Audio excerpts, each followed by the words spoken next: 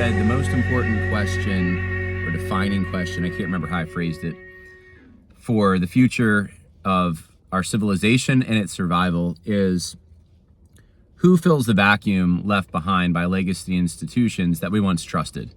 And some of the reactions were, no, that's not the most important question, John. The most important question is do people know Jesus? And I think this is actually one of the problems in certain forms of Christianity, like the idea that if people have a born-again experience that solves all these social issues in the temporal realm, it certainly helps, like a great deal, with a great many things, but you can tell even in our Christian institutions where you have people who all have personal testimonies, it seems like there's a problem on the elite levels. Does that mean that they're not Christians because they lack courage? Well, it means there's a weakness, but it doesn't mean they're necessarily not a Christian.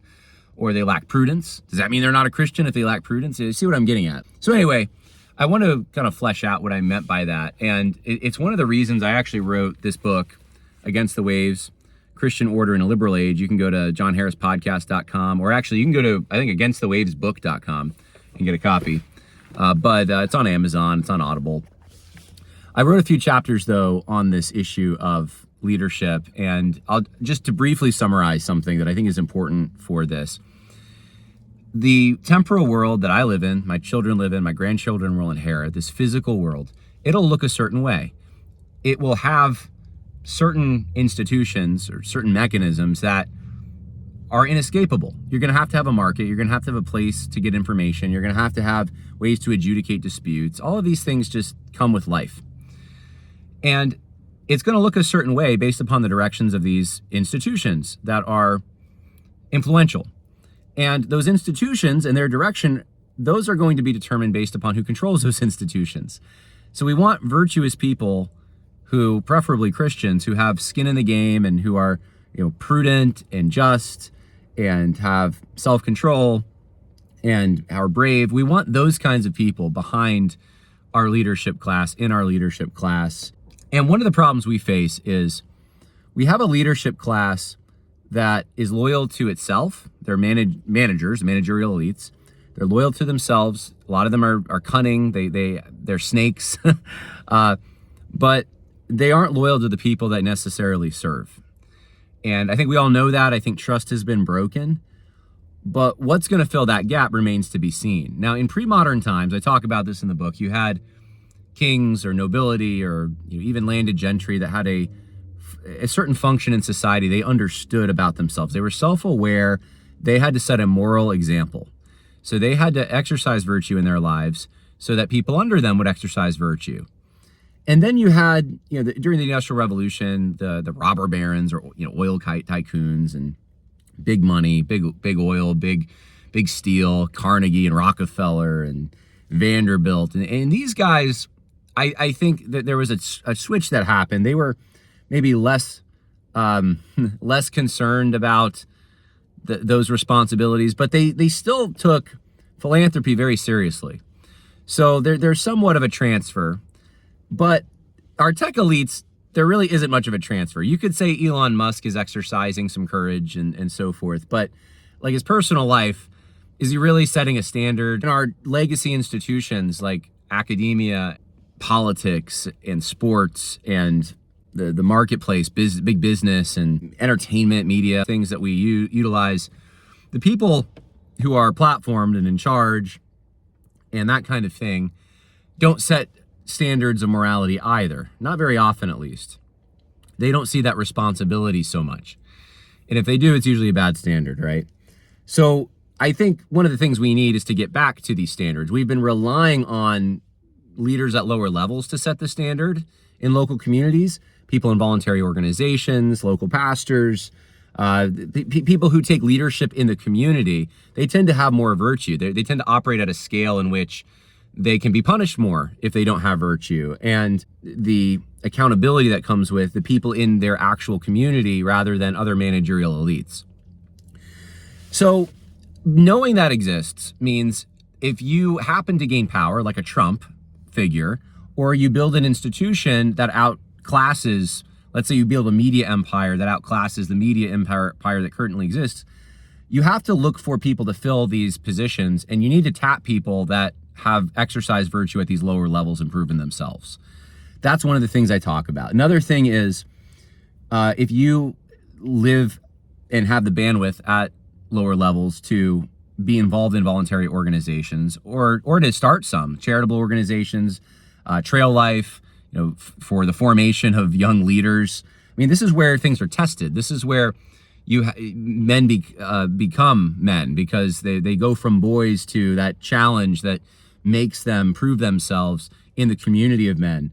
And you can be part of that. You can even be part of that in communities where fathers have neglected their responsibilities, and you can help, not perfectly, but in some way, to restore a sense of order, to build these character qualities for future men who will be in more influential positions. It also means you may need to stop running from an influential position. If you're a man and you have been in a position that lacks influence, and maybe it's because, well, I don't want that hassle, maybe reconsider. Maybe you should put yourself out there to run for school board first, or to run for town council. Maybe it's not politics. Maybe you need to take a more ministerial role, or go to law school. I don't know. But that's another thing that we're going to need, obviously, virtuous men. And I don't know exactly who fills this gap. One of the concerning things is there's a lot of people without a lot of trust and without a lot of discernment, and they're going to gravitate towards just online voices.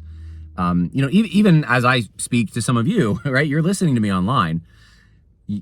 How do you determine whether or not I'm who I say I am? And some of you have been listening to me for a long time. You hear me share personal stories. You hear other people vouch for me.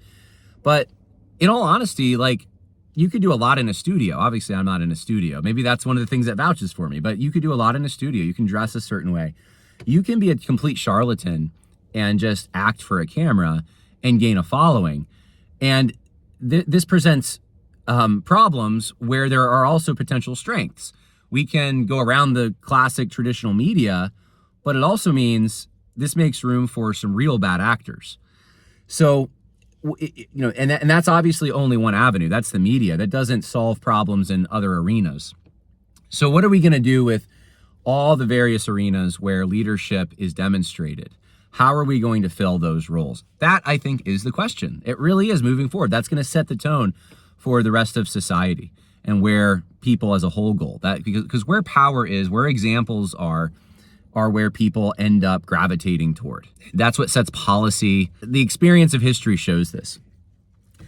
So it's important, especially in Christian institutions, to make sure that the people filling these roles are virtuous. That's why you even have standards of virtue in Scripture for the men who are going to run the church. They need to prove themselves to those in their communities, those around them. Even the non-Christians those who observe their lives need to see virtue demonstrated there. And that's going to manifest itself as there's challenges, as there's, it's one of the things I've said, in 2020, look around you. Who was actually bold? Who was saying true things in that moment? Who didn't cower, right? Those are the people you need to be looking for leadership, even now. But sadly, in institutions like the SBC, those people are still on the margins. Those people are still ignored, and the people who ran you into icebergs are still the ones that are leading the organization, even though they're claiming they're trying to position themselves like they're on the right or something. This is a problem. So exercise discernment, and then put your money where your mouth is, put your time where your mouth is, and give to those things that actually showcase virtue and have demonstrated it on the field. It's not about personality. That's not what leadership is. It's not about who your friends are. That's not what leadership is. It's about who you are internally. Do you have actual virtue? And when the going gets tough, it's tested.